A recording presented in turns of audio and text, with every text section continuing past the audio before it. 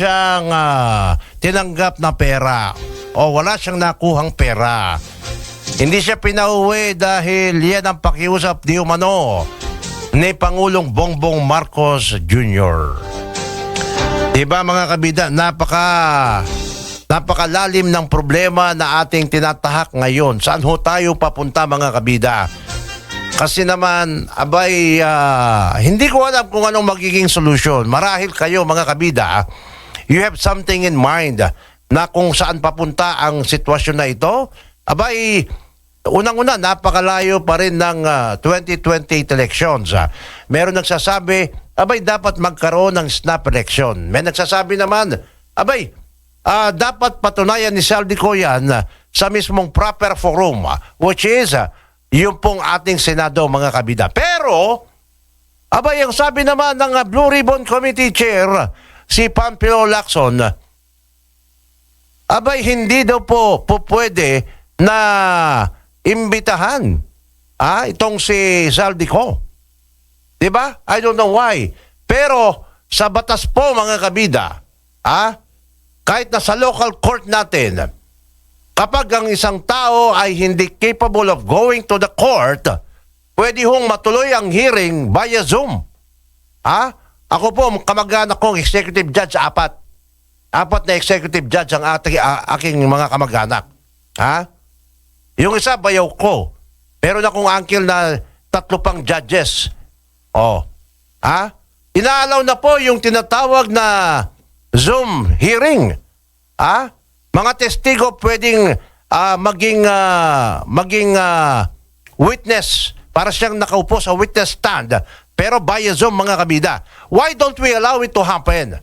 Diba? Kung talagang gusto ninyo na mapanagot, malinawan ang taong bayan, why don't you allow it? Diba? Maliban na lang kung meron tayong tinatago mga kabida. Diba? Tayo naman ang hangarin natin ipahayag ng mga testigo yung katotohanan. Pero kung tayo nagiging dahilan para hindi mapalabas ang katotohanan, I smell something fishy, mga kabida.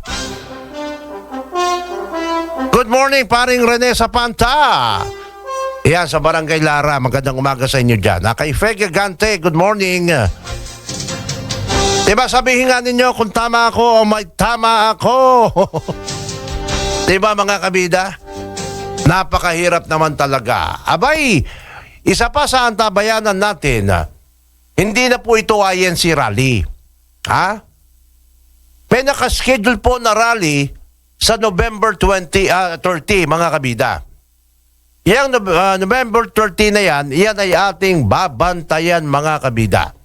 Napakahirap po, magiging masyadong sabihin na nating volatile ang sitwasyon sa November 30.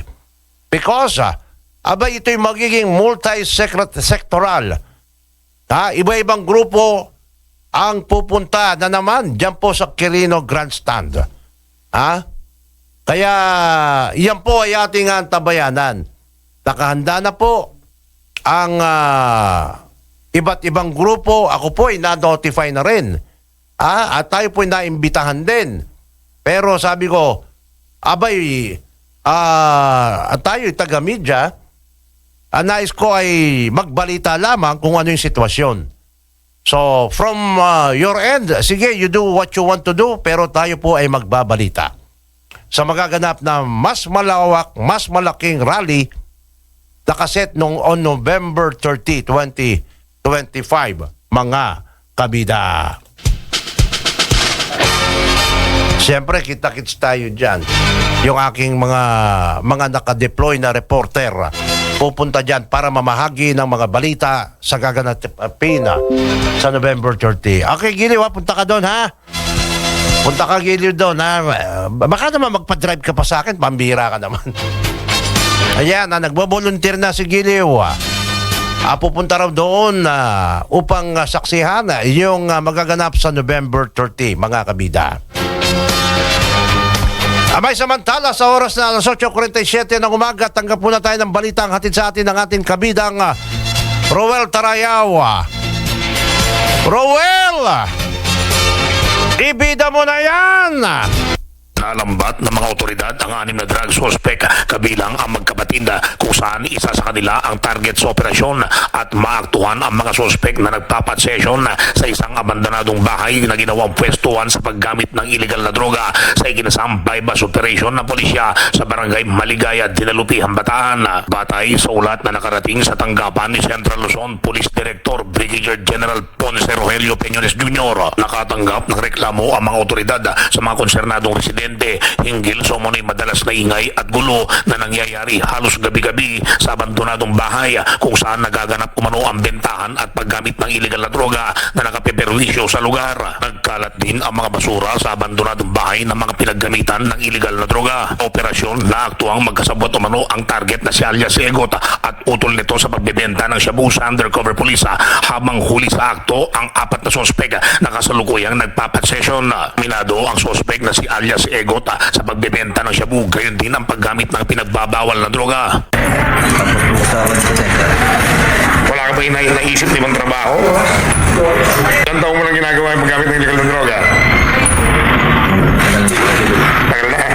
Nasamsam sa mga sospek ang ilang pakete ng suspected shabu na may kabuuang timbang ng higit 30 grams na may standard drug price ng higit 218,000 pesos, higit 1.5 grams na dried marijuana leaves, drug paraphernalia at ang marked money na ginamit sa bypass. Nakaharap na ang mga naarestong sospek sa kasong paglabag sa dangerous drug law. Ulat mula sa Bataan, ako ang inyong kabidang Roel Tarayaw para sa 103.1 Newsline Central Luzon. Kasama ka, ikaw ang bida. Huwag mong subukan. Masisira ang buhay mo. Huwag niyong susubukan. Masisira talaga ang buhay niyo. Bakit ba laganap pa rin ang droga sa bansa, mga kabida? Nako, nakaka-alarma yan. Kaliwat kanan pa rin ang mga pag-aaresto sa mga user. Diba? Kala ko ba nagpo-focus ang ating pamahalaan dyan, ha? Ang PIDEA, kumusta na yung budget ninyo, PIDEA? Ano, Giliw? Hindi na kaya? Hindi na kaya nga ni Duterte, makakayanan ba ng Marcos? Yan ang tanong dyan eh. Lahat naman tayo ay gumagawa ng paraan, pero I don't know why. Diba? Abay, may mga panukala, baka sakali, ha? Yung mga pusher, abay, dapat daw, ay firing squad. Kasi ginagawa naman sa iba yan, ha? Mga kabida, sa iba pa nating mga balita, nako, sinuspende ng pamahalaang panlungsod ng San Fernando ang mayor's permit ng Prime Water Infrastructure Corporation. Dahilan para agad na ipatigil ang operasyon nito at ibalik sa City of San Fernando Water District ang buong pamamahala ng water services. Samantala, mga kabida, abay, may pahayag po si Mayora Vilma Caluaga. Ating pong pakinggan, Mayor V.